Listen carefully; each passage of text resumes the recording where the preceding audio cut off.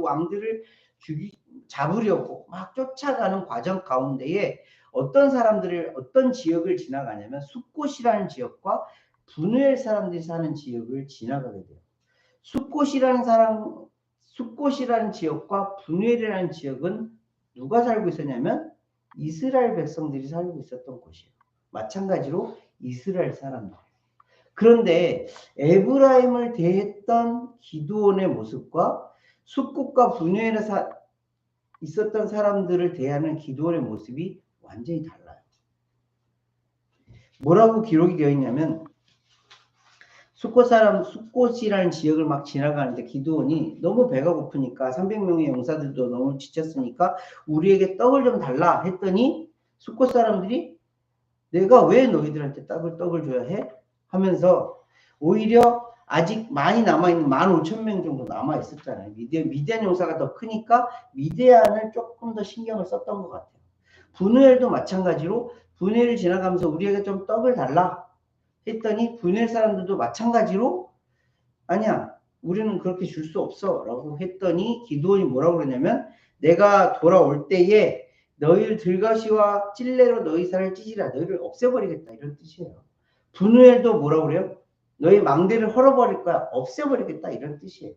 그리고 실제로 세바와 살문나라는 미디안의 왕을 잡고 나서 기드온이 와서 뭐라고 그래요?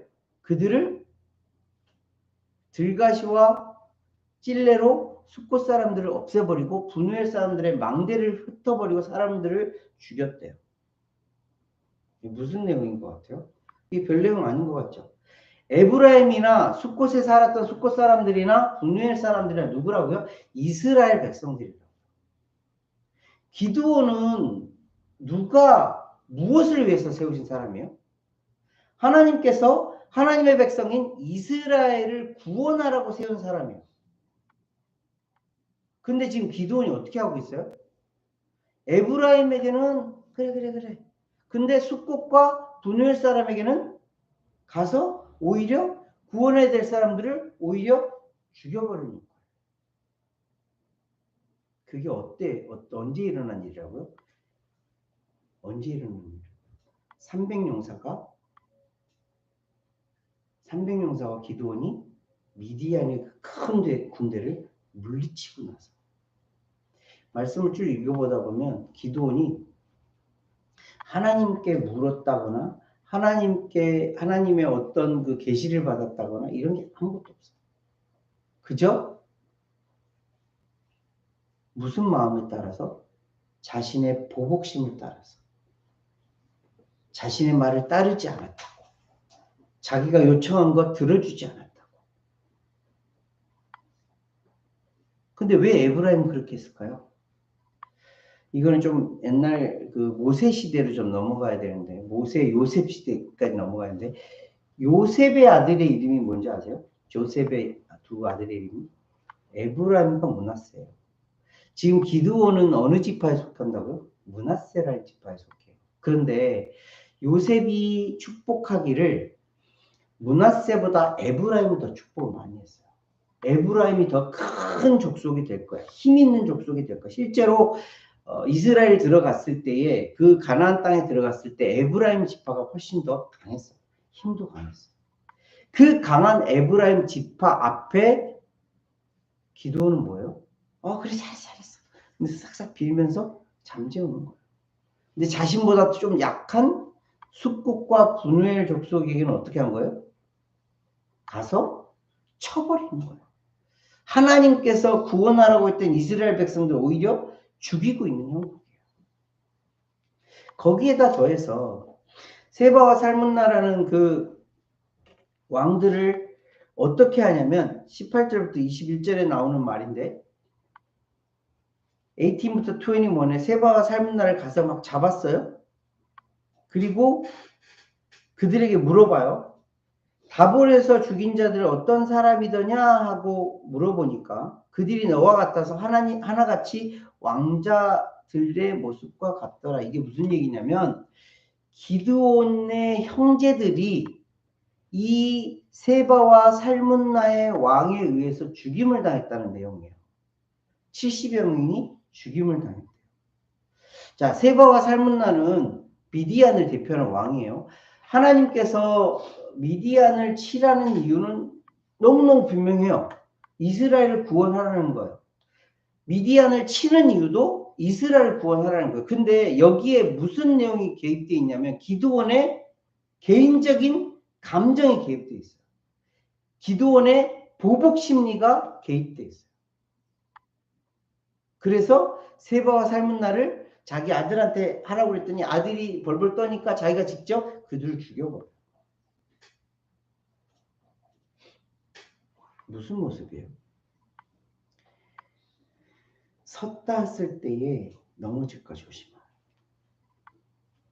기드온이 막 승승장구했어요. 300명을 데리고 엄청난 큰 승리를 거두었어요. 그 이후에 기세가 등등하여서 막 쫓아가는 길에 자기의 보복심, 자기가 요구했던 거 들어주지 않았다고, 그리고 자기 형제들을 죽였다고, 자기가 자꾸 드러나. 우리가 인생을 살아가면서 가면서 이런 일들이 일어나지 않을까요? 자, 어떤 일을 내가 막 정말 간구하고 간구해서 하나님께서 그 일을 다 이루어 주셨어요. 그러면 사람들은 우리는 어떤 자세를 취해야 되는 거예요? 하나님께서 하셨어라는 자세를 취해야 되는 게 가장 기본적인 그리스도인들이잖아요. 근데 우리는 어떻게 해요? 내가 그래도 이만큼 하지 않았을까? 아니야, 내가 열심히 해서 이렇게 한 거 아니야? 내가 자꾸 드러나는 거예요. 기도원이 좀 더 하나님 앞에 겸손히 하나님의 뜻을 묻고 가는 그런 정말 엄청난 사람이었다면, 하나님 앞에 그렇게 겸손한 사람이었다면 아마도 굉장히 멋진 장수로 기록되지 않았을까 그렇게 생각을 해봐요. 또 한 가지 오늘 말씀에 이제 그 말씀 이후에 그때에라고 시작되어지는 오늘 말씀을 보면 그때가 언제예요? 이제 세바와 살문나 다 없애버리고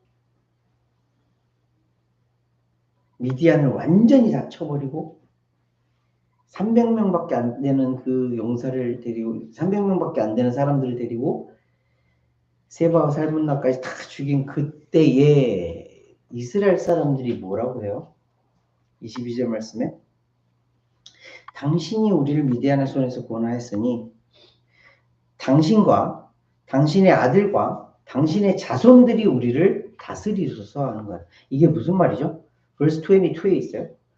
당신과 당신의 아들과 당신의 자손이 우리를 다스리소서. 이게 무슨 의미죠? 사사라는 우리가 저치스를 계속 보고 있는데 저치스는 이렇게 저치와 저치의 아들과 저치의 손주 그 다음 세대에 이렇게 세워지는 그런 리더십이었어요? 아니요.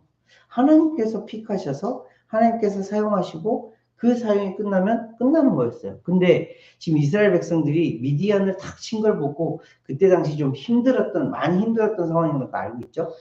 그 힘든 상황들을 깨끗하게 해결해 준 기드온에게 당신과 당신의 아들과 당신 자손, 그러니 우리의 왕이 되어 주십시오 하는 그런 얘기예요. 대대손손 우리를 다스리셔서 우리를 평안케 해 주십시오 라고 해요. 근데 기드온이 참 기특하게 이야기를 해요. 정말 아름다운 이야기를 해요. 23절 말씀 보세요. 기드온이 그들에게 이르되 verse 23예요. 내가 너희를 다스리지 아니하겠고 나의 아들도 너희를 다스리지 아니할 것이요 여호와께서 너희를 다스리시리라. 아멘. 이렇게 했으면 얼마나 아름다운 결말이었을까요? 나도 나의 아들들도 너희를 다스리지 않을 거야. 여호와께서 너희를 다스리실 거야. 라고 이렇게 탁 끝냈으면 기드온의 이야기는 너무너무 아름다운 이야기로 마무리가 되었을 거예요. 근데 그 다음의 말씀을 보면 24절부터 갑자기 기드온이 뭘 요구를 해요? 백성들에게? 내가 너희들에게 부탁할 것이 있는데 너희가 갖고 있는 탈취한 너희들이 뺏어온 그 귀고리를 나에게 달라. 그때 그 미디안 사람들이 이스마엘 사람들과 같은 사람인데 미디안 사람들이 금귀고리들을 하고 있었어요. 이거는 어떤 신에 대한 그런 부적과 같은 그런 역할을 했었어요. 21절 마지막 말씀에 보면 낙타목의 초승달 장식들 이것들도 달신을 믿는 미디안 사람들이 갖고 있었던 장식 중에 하나예요. 이런 장식들을 다 나에게 달라 이렇게 한 거예요. 그랬더니 얼마나 모였대요? 금 무게가 1700세겔이 모였대요. 1700세겔이면 지금으로 하면 킬로그램으로 따지면 17kg에서 20kg 정도가 되는 엄청난 금이 모인 거예요. 돈으로 따져보면 얼마가 되는지 모르겠지만 엄청난 금이 모였어요. 거기에다가 초승달 장식들과 폐물과 미디안 왕들이 입었던 자색 의복과 또 그 외에 그들의 낙타목에 둘렀던 사슬이 기드온에게 이렇게 쫙 보이는 거예요. 이걸 가지고 기드온이 뭘 해요? 에봇이라는 것을 만들어요. 에봇이 뭐예요? 에봇. 이스라엘의 대제사장이 입는 겉옷이었어요. 이 겉옷을 가지고 뭘 했냐면 하나님의 말씀을 두는 거였어요. 그리고 이 말씀, 하나님의 받은 말씀을 다른 사람들에게 전하는 역할을 했던 거예요. 그러면 이 대제사장이 입는 옷이었으니 어떻게 해야 돼요? 이스라엘에는 이 에봇이 몇 개가 있어야 되는 거예요? 하나가 있어야 되는 거예요. 근데 이미 그 이전에 만들어 놓은 게 있었잖아요. 그런데 이 기드온이 이것을 하나를 더 만든 거예요. 그리고 자기가 사는 그 지역에 갖다 놔요. 무슨 의미죠? 내가 하나님의 대제사장 역할을 하겠다는 거예요. 내가 하나님의 말씀을 받은 자로 하나님의 말씀을 대언하는 자로 하나님의 계시를 너희들에게 전달하는 자로 내가 여기 서겠다 이런 의미. 그 다음 절 말씀에 그대로 나오잖아요. 31절 말씀에 세겜에 있는 그의 첩도 아들을 낳았으므로 그 이름을 아비멜렉이라 하였더라. 지난주에 제가 잠깐 말씀을 드렸는데 아비멜렉이라는 이름의 뜻이 뭐라고요? 30 verse 10. 아비멜렉은 나의 아버지는 뭐예요? 왕이다. 왕이다. 아까는 뭐라고 그랬어요? 기드온이 이스라엘 백성들한테 나도 우리 아들들도 너희들을 다스리지 않게 나인 너희들이 왕이 되지 않을 거야 했는데 뭐예요? 자기 아들 이름을 뭐라고 줬어요? 아비멜렉이라. 아비멜렉은 기드온이 아버지야. 아비멜렉은 나의 아버지는 왕이다라는 뜻이야. 그러면 그 기드온은 뭐예요? 왕이라는 거예요. 왕. 자, 그때 당시에 우리가 옛날 영화들을 보면 중세시대나 그 이전의 영화들을 보면 뭐가 탁 붙어 있어요? 정치와 종교가 붙어 있어야 돼요. 근데 지금 기드온은 뭘 둘 다 붙은 거예요? 에봇이라는 것을 가지고 종교를 붙들었어요. 그리고 아비멜렉이라는 그 아들의 이름을 따서 자기가 정치적으로도 그것을 붙들었어요. 그래서 뭐예요? 내가 이 땅을 다스리는 통치자야. 된 거.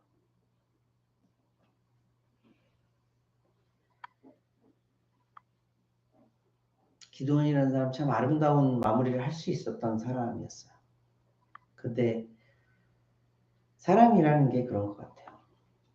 어느 자리에 오르면 어느 정도 성공을 했다고 하건 아니면 어느 정도 내가 이룰 만한 것들을 이뤘다고 하면 어떤 마음이 일어나요?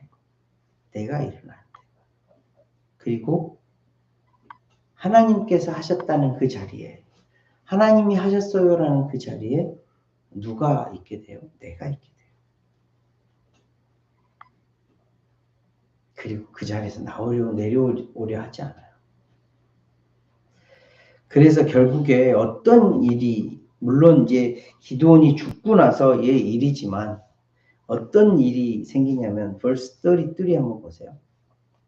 기드온이 이미 죽음에 기드온이 40년 동안 그래도 뭐 나름대로 지키려고 뭔가 노력을 많이 했었나 봐요. 근데 이스라엘 자손이 돌아서서 바알들을 따라서 음행하였으면 이 말을 되게 많이 들었죠. 이스라엘 백성들이 바알을 많이 섬겼다. 바알과 아세라를 섬겼다. 근데 그 다음 말씀 보세요. 또 바알브릿을 자기들의 신으로 삼고 바알브릿이라는 신을 또 만들어요. 바알브릿이라는 신은 어떤 신이냐면 언약의 주라는 뜻을 가진 신이에요. 많이 들어보셨죠? 하나님은 어떤 하나님이세요?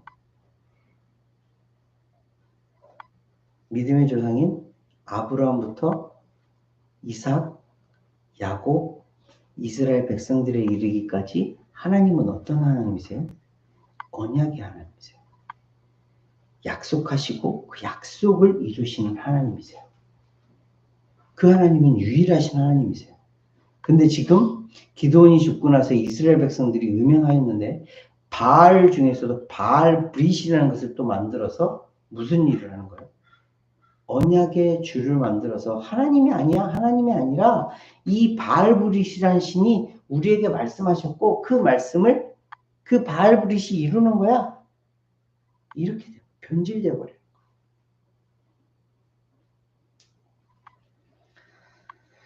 그 결과가 참 씁쓸할 수밖에 없는 기도원의 내용이에요.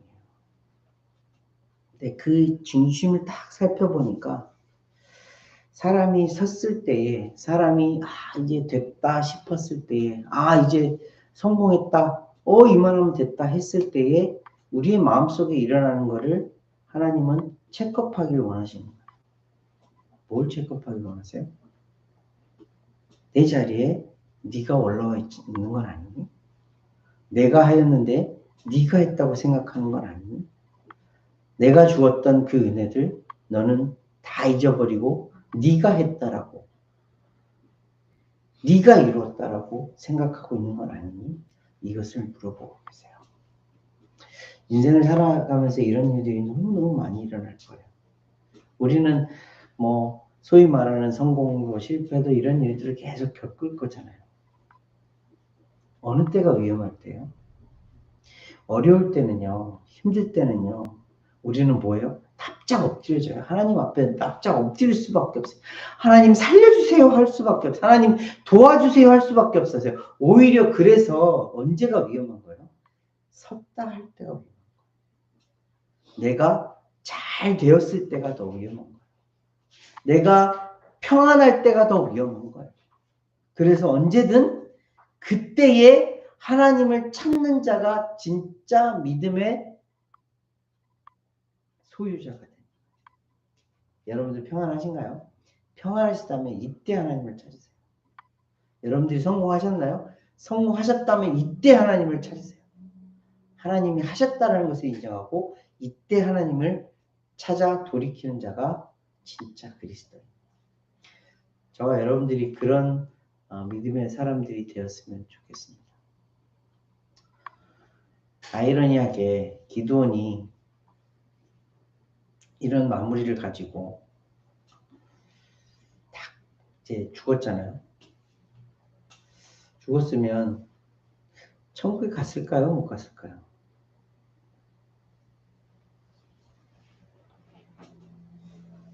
한번 생각을 해보시죠. 기드온이 지금 좀 전에 말씀을 드린 것처럼 자기 욕심을 따라서 막 이스라엘 백성도 죽여버리고 자기가 제사장의 자리도 막 갔다가 왕이 되기도 했다가 막 이렇게 살아요. 그 결국에 바알브릿이라는 신까지도 만들게 되는 그런 역사가 있어요. 근데 이 기드온은 구원을 받았을까요? 못 받았을까요?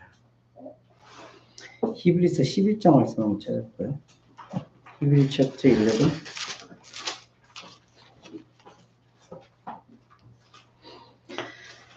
chapter 11 verse 32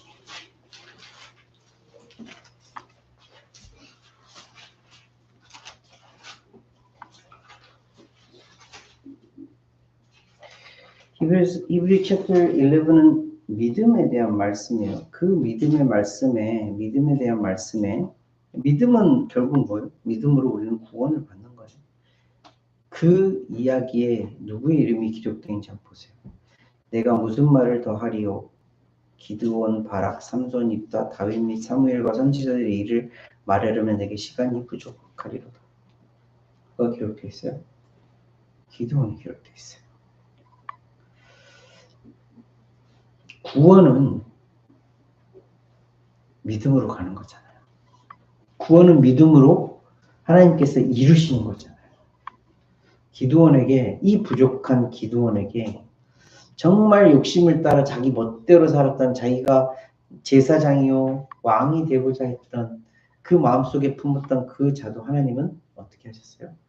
믿음이라 여겨주시고 구원해 주세요. 그래서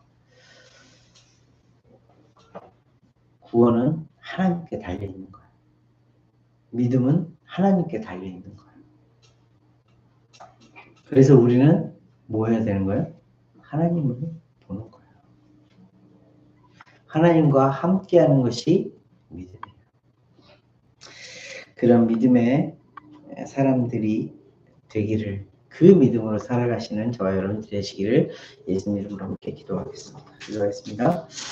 하나님 아버지, 늘 감사를 드립니다. 기드온이라는 한 사람을 통하여 나를 바라보게 하여 주시니 감사함을 드립니다.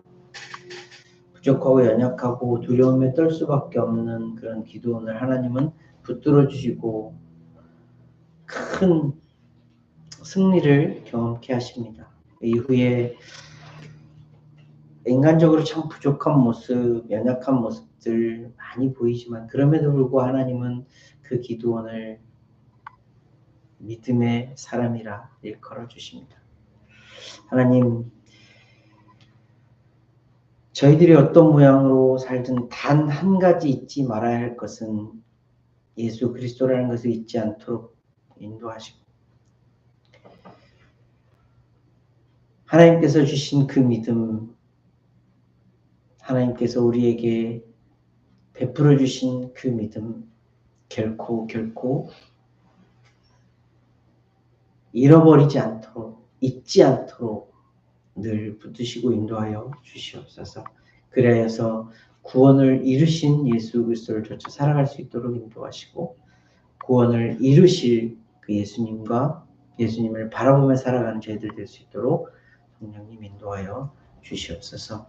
오늘도 주신 말씀 감사를 드리며 귀하고 존귀하신 예수 그리스도로 기도합니다. 아멘. 자, 일주일도 주님의 은혜로 살았습니다. 평안했습니까? 평안했습니까? 5월은 가정의 달입니다. 특별히 가정의 가족 구성원들, 또 가족들을 위해서 많이 기도해 주시고, 그 가족들을 위해서 정말 좀 더 사랑의 표현을 하는 그런 시간들이 되셨으면 좋겠습니다. 주님께와 주님께 성도들을 위한 기도